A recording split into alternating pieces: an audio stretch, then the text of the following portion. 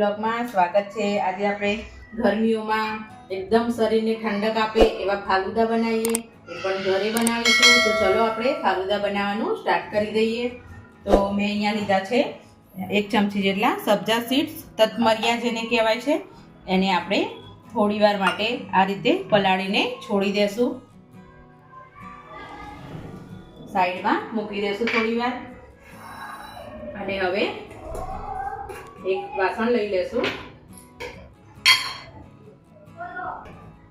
તો આપણે થોડું ઘી લઈ લઈશું એક વાસણમાં,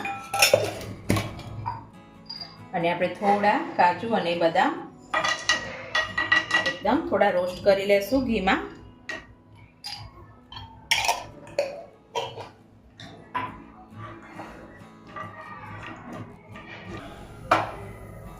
તો આપણા કાજુ અને બદામ મસ્ત એવા રોસ્ટ થઈ ગયા છે। તો આપણે એને કાઢી લેશું। અને મેં આ લઈ લીધી છે આપણી સેવૈયા લીધી છે। સેવૈયાને થોડી વાર આપણે ઘીમાં મસ્ત એવી થોડી શેકી લેશું। એના એ જ ઘીમાં શેકી લેશું। 1 ચમચી જેટલું ઘી છે એમાં જ ધીમા ગેસે સેવૈયાને શેકી લેશું।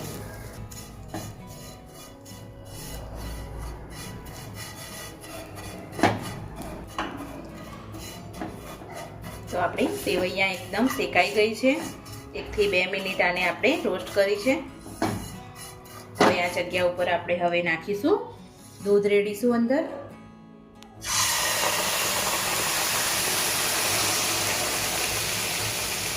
અને દૂધમાં થોડી એવી સેવૈયાને આપણે મસ્ત એવી ઉકાળીશું। એકદમ ઠંડી ગરમીમાં એકદમ ઠંડક આપે એવી મસ્ત એવી આપણું ફાલુદા તૈયાર થાય છે।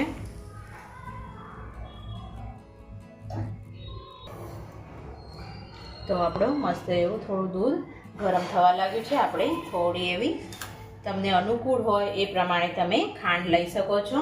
અહીંયા મેં 2 નાની વાડકી જેટલી યુઝ કરી છે। અને આ રીતે આપણે દૂધને થોડી વાર માટે હલાવતા જ રહેશું।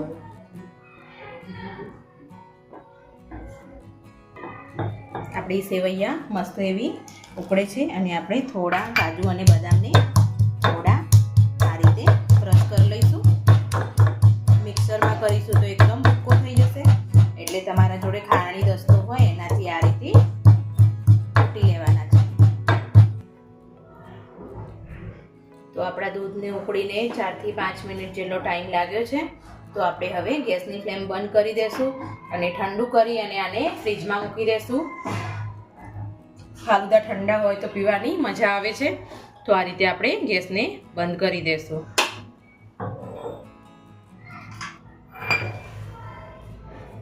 અને થોડો આપણે જે ક્રશ કર્યો હતો કાજુ બદામનો કતરણ એ આપણે એડ કરીશું અને થોડું આપણે બાકી રાખીશું। 2 સિરપમાં બનાવીશું। એકદમ આને રોઝ ફ્લેવર વાળું પણ બનાવીશું ફાલુદા, અને એક ચોકલેટ ફ્લેવર વાળું બનાવીશું। બંને ફ્લેવરને આ રીતે ગુલાબ અંદર જે રોઝ ફ્લેવરનો મારા જોડે શરબત છે એને આ રીતે અંદર હું ડેકોરેશન માટે કરી લેશું।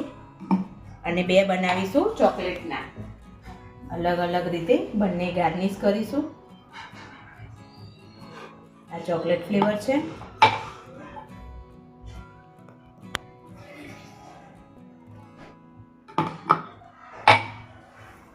હવે આપણે જે સેવૈયા માટેનું જે ફાલુદા માટેનું આ દૂધ સેવૈયા કર્યું હતું એને આપણે અંદર આવી રીતે એડ કરીશું ધીમે રહીને।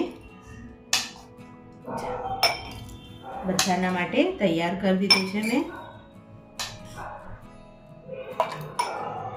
એકદમ મસ્ત એવો ટેસ્ટ આવે છે। ગુલાબનો પણ આવે છે, ચોકલેટનો પણ આવશે।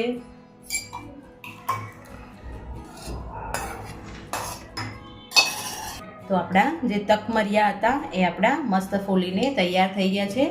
તો એને આપણે 1 ચમચી જેટલા સરખા એવા અંદર એડ કરીશું। અને ઉનાળાની ગરમીમાં આ તકમરિયા એકદમ મસ્ત આપણા શરીરને ઠંડક આપે છે, અને બહુ જ સારા અને બહુ જ હેલ્ધી હોય છે, એટલે ખાવા જરૂરી છે। અને આપણે થોડો એવો આપણે વેનીલા આઈસ્ક્રીમ લઈ લઈશું અને બધાના ઉપર આ રીતે એકદમ મસ્ત રીતે એડ કરી દઈશું. અને અહીંયા મેં આપણે જે કાજુ બદામ શેક્યા હતા તો એ આપણે ઉપર થોડા એવા ગાર્નિશ કરી લેશું.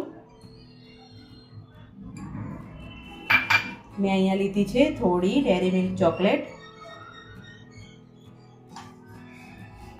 થોડી એવી ડેરી મિલ્ક ચોકલેટ નાખી છે. છોકરાઓને ટેસ્ટ પણ ભાવે છે આનો અને મસ્ત એવી લાગે છે. હવે પાછો આપણે થોડો ઉપરથી સિરપ રેડી દઈશું.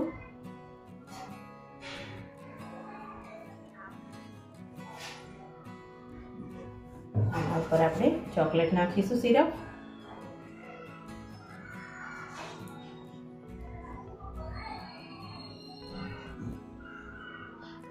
તો આપણા મસ્ત એવા ગરમીના ફાલુદા તૈયાર છે ઉનાળાની ગરમી માટે. તો તમે પણ ઘરે જરૂરથી ટ્રાય કરજો એકવાર. મસ્ત એવા ઠંડક આપશે આ ફાલુદા પીને. એકદમ બહાર જેવા જ ફાલુદા તૈયાર થયા છે ઘરે. તો તમે પણ ટ્રાય કરજો એકવાર ઘરે. અને વિડીયો આ ગમે હોય તો લાઈક કરજો, શેર કરજો, સબસ્ક્રાઈબ કરજો અને ચલો ફાલુદા પીવા.